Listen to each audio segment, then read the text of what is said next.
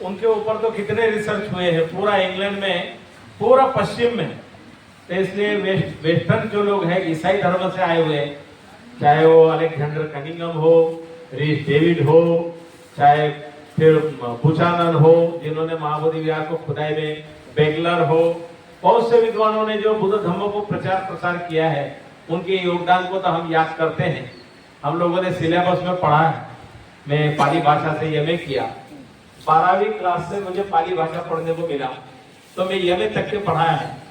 तो इसके कारण बुद्ध साहित्य को पढ़ा है, जानकारी है।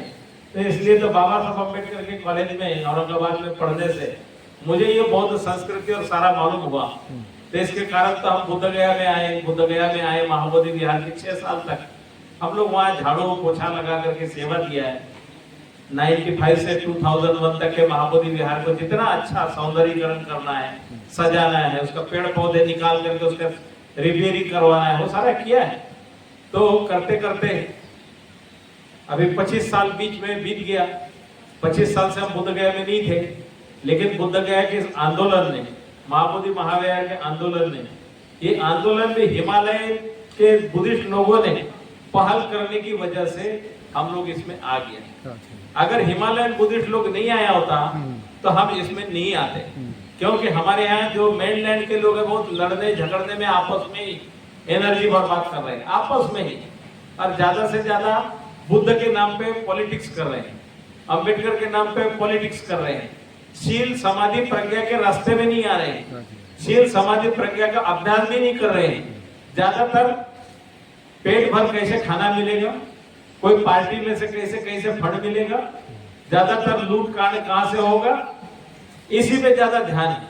तो इसलिए हमारे बुद्ध गया का जो मूवमेंट चल रहा है, इसमें भी जो झगड़ा लड़ाई हो रहा है, तो अरे करोड़ों रुपया आ रहा है, करोड़ों रुपया आ रहा है, वो सोच के झगड़े वाले लोग वो करोड़ों के चक्कर में झगड़े के लिए आए थे। अभी भी बहुत से लोगों को लगता है कि आकाश लामा के पास करोड़ों रुपया आ चुका है, इसलिए कोई बोलता है हमको इतना पैसा चाहिए, कोई बोलता है उतना चाहिए।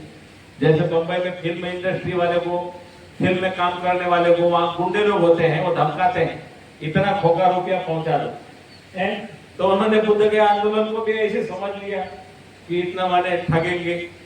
तो इसलिए सच्चाई सच्चाई है।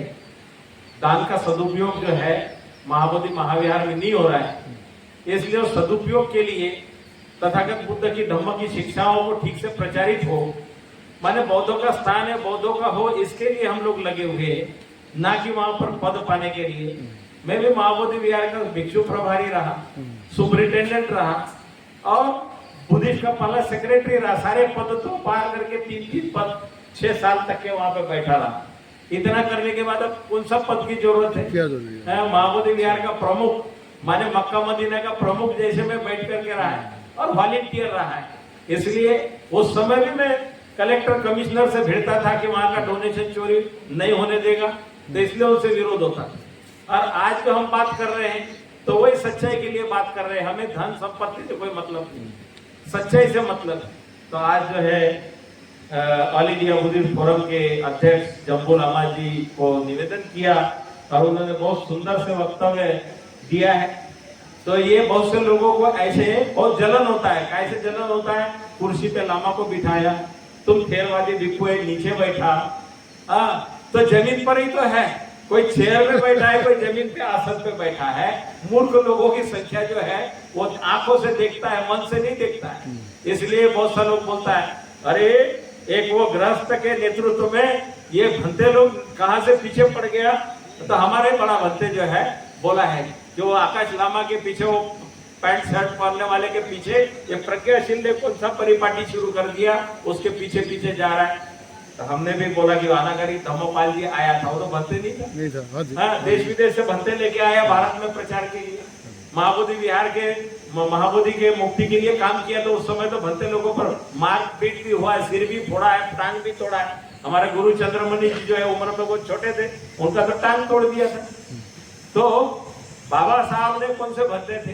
बाबा साहब ने बुद्ध का धम्म लिया, गुरु चंद्रमणि जी को लाया, अल्लाह करके बुद्ध धम्म का काम शुरू किया। तो बाबा साहब की मेहनत से कितना हजारों भंते भारत में पैदा हुए।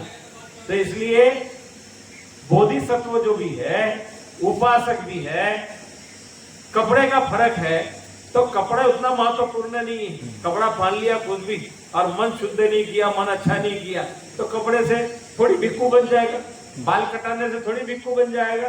मन सुंदर है तो सब सुंदर है। तो मन के लिए बुद्ध के धम्म का साधना और अभ्यास है। आपका बहुत बहुत साधुवाद, आपने धम्म देशना किया। जम्बू लामा जी का बहुत बहुत साधुवाद।